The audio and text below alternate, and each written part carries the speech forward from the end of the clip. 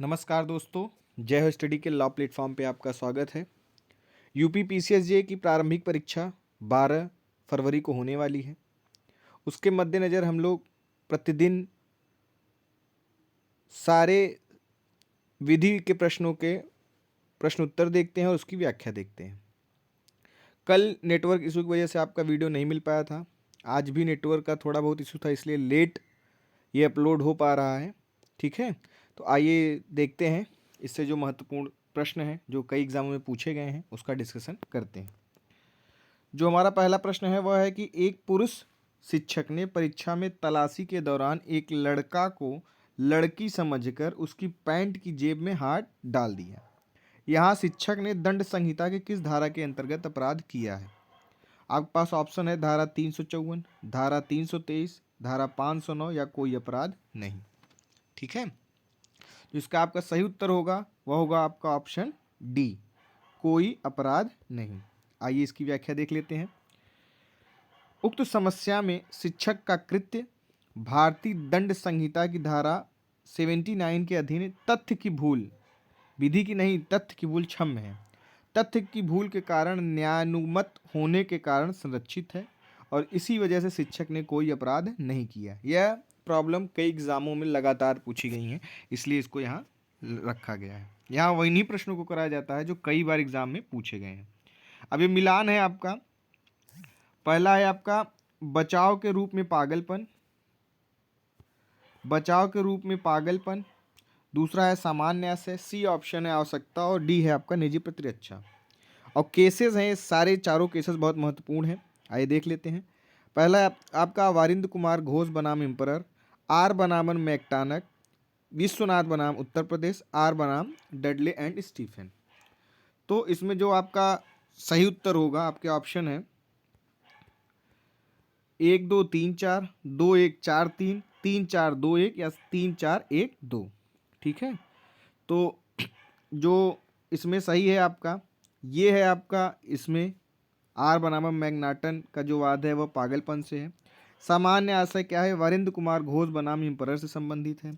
आवश्यकता क्या है? आर बनाम डडले एंड स्टीफन का है। निजी प्रतिरक्षा किसका है? विश्वनाथ बनाम उत्तर प्रदेश, अर्थात 2 1 4 3। आइए देखते हैं कौन सा ऑप्शन है इसमें, ऑप्शन बी।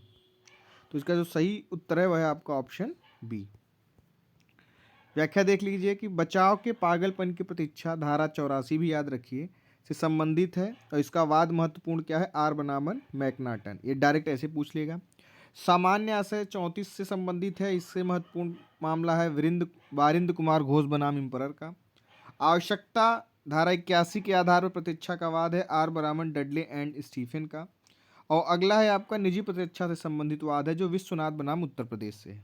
ठीक है, अगला प्रश्न है आपका कि अंतराभिवाचीवाद सिविल प्रक्रिया संहिता 1908 से संबंधित यह मामला है कि किस धारा में इसका उल्लेख किया गया है? धारा 90, धारा 88, धारा 89, धारा 91। तो इसका सही ऑप्शन है वह आपका ऑप्शन बी, धारा 88। आइए इसकी व्याख्या देख लें कि संहिता की धारा 88 अंतराभिराचीवाद का प्रावधान करती है, जहां दो या अधिक व्यक्ति एक ही ऋण धनराशि या जंगम या स्थावर संपत्ति के बारे में प्रतिकूल दावा किसी अन्य व्यक्ति से करते हैं जो खर्चों के अतिरिक्त किसी अन्य हित का दावा नहीं करता है तथा अधिकारवान व्यक्ति को उसे देने के लिए तैयार रहता है, तो ऐसे अन्य व्यक्ति द्वारा संपत्ति या ऋण के सभी दावेदारों के विरुद्ध संस्थापित जो वाद है उसी को क्या बोलते हैं? अंतराभिवाचीवाद, धारा 88। अगला प्रश्न है हमारा कि सिविल प्रक्रिया संहिता में निम्नलिखित धाराओं में से किन धाराओं में लोक खैरात से संबंधित वादों के लिए प्रावधान किया गया है? ऑप्शन है आपका धारा 90 91, ऑप्शन बी है धारा 92 93, ऑप्शन सी है धारा 94 95 और ऑप्शन डी है आपका धारा 96 से 100। जो सही उत्तर होगा इसका होगा ऑप्शन बी, धारा 92 और 93। आइए इसकी व्याख्या देख लीजिए कि और सब किससे संबंधित हैं। लोक खैरात अर्थात लोक पूर्ति से संबंधित वादों के बारे में उपबंध संहिता की धारा 92 में किया गया है, जबकि धारा 93 के अंतर्गत धारा 92 के प्रयोजनार्थ महाधिवक्ता की शक्ति से संबंधित प्रावधान किया गया है। जबकि धारा 91 में लोक न्यूसेंस और लोक पर प्रभाव डालने वाले अन्य दोषपूर्ण कार्य के बारे में वाद डाला गया है। और धारा 90 में न्यायालय की राय लेने तथा धारा 96 से 100 के में अपीलों के बारे में उपबंध किया गया है। ये सभी सेक्शन महत्वपूर्ण है, कई एग्जामों में पूछे गए हैं। अगला प्रश्न है हमारा सीआरपीसी से है कि अन्वेषण का उद्देश्य क्या होता है। अभियुक्त को गिरफ्तार करना, अभियुक्त को दंड देना, अभियुक्त के विरुद्ध साक्ष्य एकत्र करना या उपरोक्त में से कोई नहीं।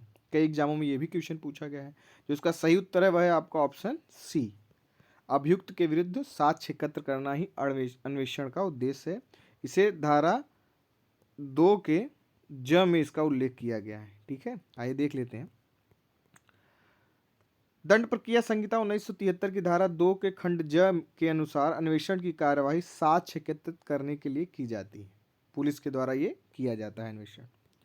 अगला प्रश्न है हमारा कि आजीवन कारावास का दंडादेश निम्न में से किसके द्वारा पारित किया जा सकता है। मुख्य न्यायिक मजिस्ट्रेट, सत्र न्यायाधीश, मेट्रोपॉलिटन मजिस्ट्रेट या प्रथम श्रेणी का कोई मजिस्ट्रेट। इसके बारे में पहले जान लीजिए कि धारा 28 में बताया गया है, ये सेक्शन जरूर याद रखिए।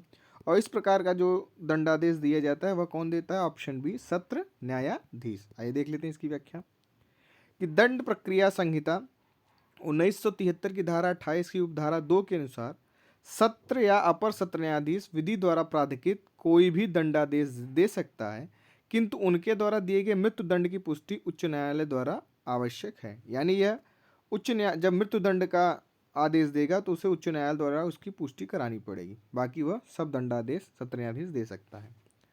अगला प्रश्न है हमारा कि दंड प्रक्रिया संहिता 1973 की निम्न धाराओं में से किस धारा के अधीन किसी जमाव को तितर वितर करने के लिए सशस्त्र बल का प्रयोग किया जा सकता है ताकि लोक सुरक्षा बनाए रखी जाए। आपका ऑप्शन है धारा 132, धारा 131, धारा 129 और धारा 130। तो इसमें जो आपका सही उत्तर है वह है आपका धारा 130, ऑप्शन डी। आइए देख लेते हैं कि दंड प्रक्रिया संहिता 1973 की धारा 130 के अनुसार कोई ऐसा जमाव जो अन्यथा तितर बितर नहीं किया जा सकता है, जो उच्चतर पंक्ति का कार्यपालिका मजिस्ट्रेट सशस्त्र बल द्वारा लोक सुरक्षा के लिए उस जमाव को तितर बितर करा सकता है। ठीक है, ये धारा 130 से थी। अगला प्रश्न है हमारा कि दंड प्रक्रिया संहिता की धारा 154 के अधीन प्रथम सूचना रिपोर्ट दी जा सकती है। धारा 154 महत्वपूर्ण है और ये किसके लिए दी जाती है, ये भी कई बार एग्जाम में पूछा गया है। केवल अजमानती एवं संज्ञेय अपराध किए जाने के संबंध में, किसी भी अपराध के संबंध में, केवल संज्ञेय अपराध के संबंध में या केवल लिखित में। जो इसका सही उत्तर है वह है आपका ऑप्शन सी, केवल संज्ञेय अपराध के संबंध में। व्याख्या देख लेते हैं कि दंड प्रक्रिया संहिता की धारा 154(1) के अंतर्गत पुलिस थाने के भार साधक अधिकारी को केवल संज्ञेय अपराध के बारे में सूचना लिखित या मौखिक रूप से दी जाती है। ठीक है, तो आज के प्रश्न आपके यही हुए। इसकी पीडीएफ आपके ग्रुप में मिलेगी हमारे चैनल के द्वारा। सभी प्रकार के जीएस सभी एग्जामों के लिए विस्तृत रूप से अध्ययन कराया जा रहा है। जो जीएस के इच्छुक, UP PCS, RO, ARO, BEO आदि के लिए इच्छुक हैं वो हमारे चैनल को जरूर सब्सक्राइब करें। हमारे जो कार्यक्रम चल रहे हैं उनसे ज़रूर जुड़ें। कोई भी जानकारी इससे संबंध लेने के लिए आप 7905901018 पर मैसेज कर जानकारी प्राप्त कर सकते हैं। बहुत बहुत धन्यवाद। शुभ रात्रि।